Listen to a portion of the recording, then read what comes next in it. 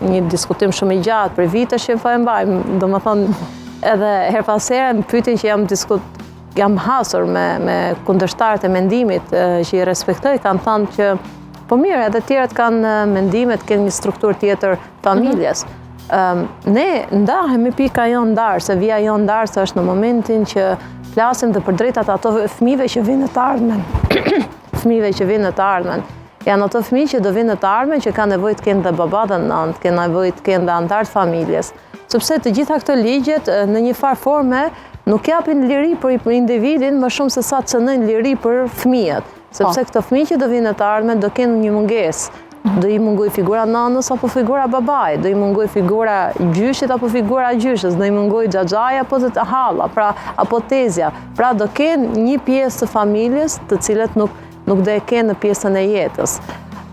Kjo shkakton një konfuzitet edhe mendoj që çdo fëmijë në botë meriton të di se kush është origjina e tij biologjike, kush janë prindërit e tyre biologjik, edhe të ketë mbiemër, të ketë trashëgimi, sepse në këtë formë i mungojmë të drejtën e trashëgimive të fëmijëve.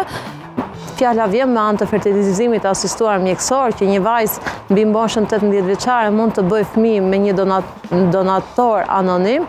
Fëmia që vjen si produkt i kësaj procesi, le ta quajmë, do i mungoj figura babaj, do i mungoj e drejta trashëgimore babaj, do i mungoj gjyshër, do i mungoj xhaxhallarët, halla, pra do i mungoj komplet një pjesë shumë e rëndësishme që ne kemi pasur në jetën tonë. Është gjëna, domethënë është mëkat, është mungesë shumë e madhe. Ne flasim një kategori njerëzish flasin për drejtat e tyre individuale, por e drejta janë individuale nuk duhet ceki edhe të preki drejtat e tjerëve, në këtë rast të drejtat e fëmijëve. Dhe në Shtetet e Bashkuara të Amerikës, që është cekur edhe në libër, është kthyer një lëvizje, pikërisht është themeluesit e kësaj lëvizje janë ato fëmijë që janë të ardhur në jetë në bazë të fertilizimit asistuar mjekësor, në bazë donacioneve, edhe gjatë gjithë jetës tregojnë të gjitha të konfuzitetin e tyre, se sa keq janë ndjerë kur nuk e kanë ditur kush është babai i tyre biologjik apo nëna e tyre biologjike, edhe kanë krijuar këtë që quhet lëvizja e tyre sociale politike, ata përpara nesh. Pra, ne duhet mendojmë fëmijët përpara vetes tonë. Nuk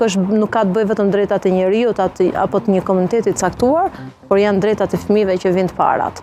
Po, pikërisht për këto e përmendë pra ti paka shumë këto rrjetet sociale dhe zhvillimin i teknologjisë dhe realisht globalizimi kështu përgjithsisht i teknologjisë, se flasim si mund të